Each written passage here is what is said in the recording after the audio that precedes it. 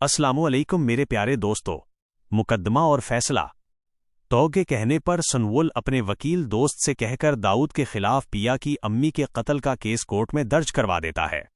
उसके बाद दाऊद के घर कोर्ट की तरफ से नोटिस आता है और दाऊद को मालूम होता है कि कल उसकी कोर्ट में पेशी है।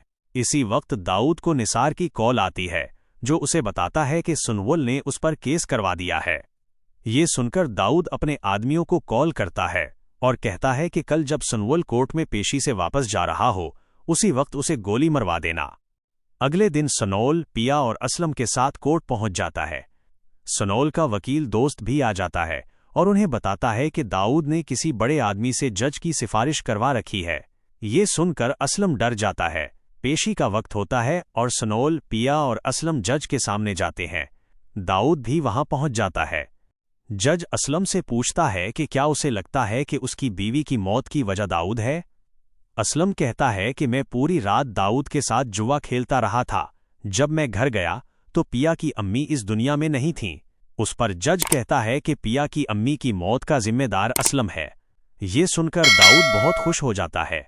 जज असलम को जेल की सजा सुना देता है और पुलिस असलम को पकड़ लेती है। पिया और सनोल फौरन असलम के पास जाते हैं। असलम सनवल से कहता है कि अगर मैं जेल से रहा ना हो सका तो तुम पिया से शादी कर लेना। सनोल कहता है कि मैं आपको जेल से रहा करवाऊंगा, ये मेरा वादा है। पुलिस असलम को थाने ले जाती है। सनोल पर हमला और पिया का अगवा।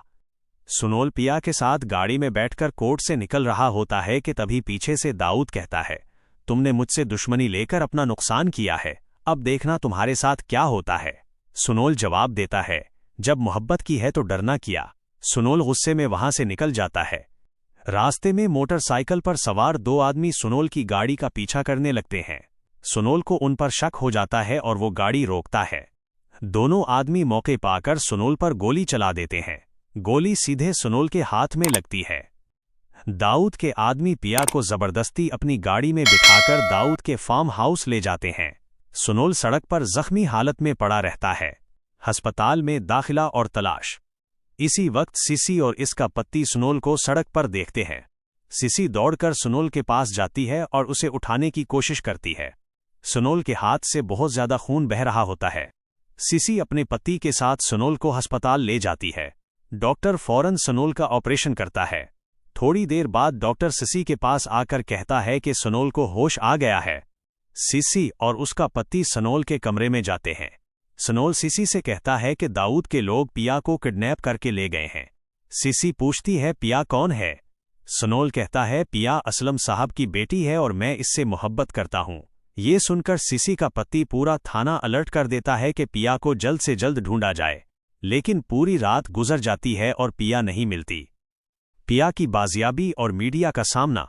जैसे ही सनोल की तबीयत बेहतर होती है उसे पुलिस स्टेशन से कॉल आती है कि पिया मिल गई है। सनोल फौरन पुलिस स्टेशन पहुंचता है।